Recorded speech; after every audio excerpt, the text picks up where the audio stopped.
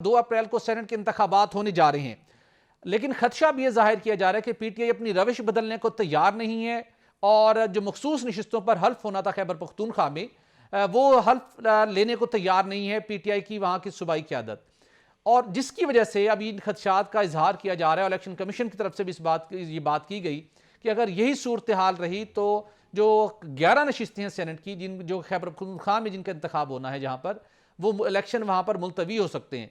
तो आप समझते हैं कि सिर्फ एक दिन बाकी रह गया, सीएम केपी के जो आपके साथ बड़े आजकल अच्छे वर्किंग रिलेशनशिप में हैं, वो कोई दरमियानी रास्ता निकाल कर हलफ बर्दारी का जो तनाजा है उसको हल कर सकते हैं? बिस्मिल्लाहिर्रहमानिर्रहीम। थैंक यू भट्टी साहब।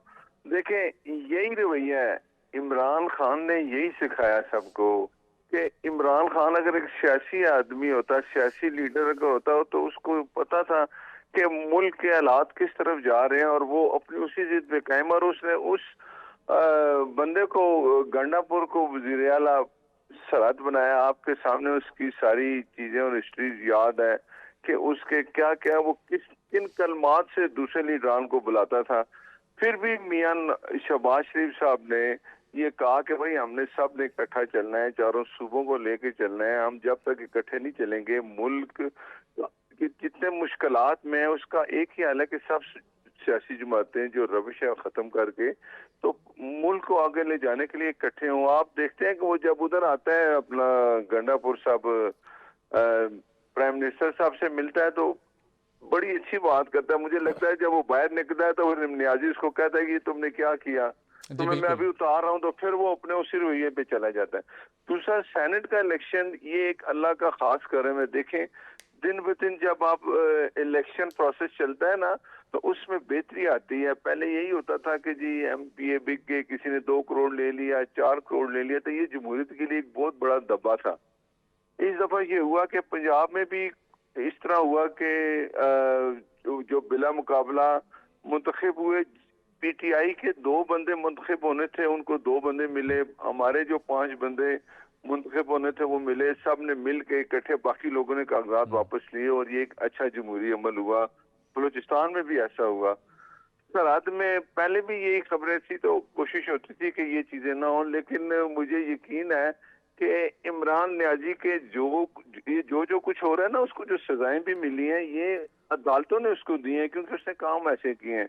और मुझे यकीन है कि ये जो सेनेट का अमल है ये पूरा होगा। मेरा ख्याल है इलेक्शन कमीशन ने उस पे अभी वो जो है ना इलेक्शन वो कैंसिल नहीं किए, 2 को ही हो रहा है। तो मुझे उम्मीद है कि अब इनको थोड़ी अकल आ जाएगी, और अगर वो नहीं करेंगे तो फिर अवाम को भी पता चल रहा है कि कौन मुल्क के लिए बेहतरी कर रहा है, कौन मुल्क के खिलाफ जो ये चीजें चल रही हैं उसमें बेहतरी आने की कोशिश करते हैं हम।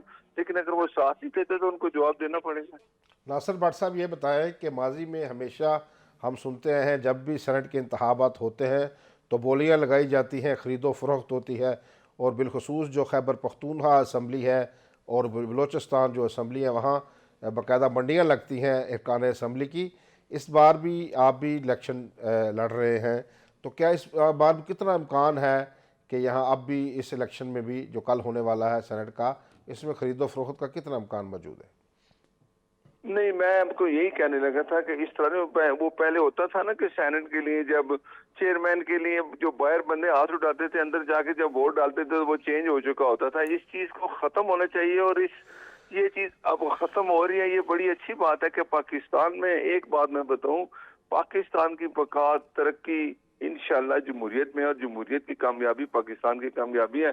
और मुझे यकीन है कि ये जो सरहद में जो कुछ होता था, आपको पता है, मुझे कहने की जरूरत नहीं है कि एक एमपीए के लिए ये लोग जो आजाद खड़े हो जाते थे, ये पैसे, आपको पता है ये वीडियो चली थी, पैसे दे रहे हैं, ले रहे हैं।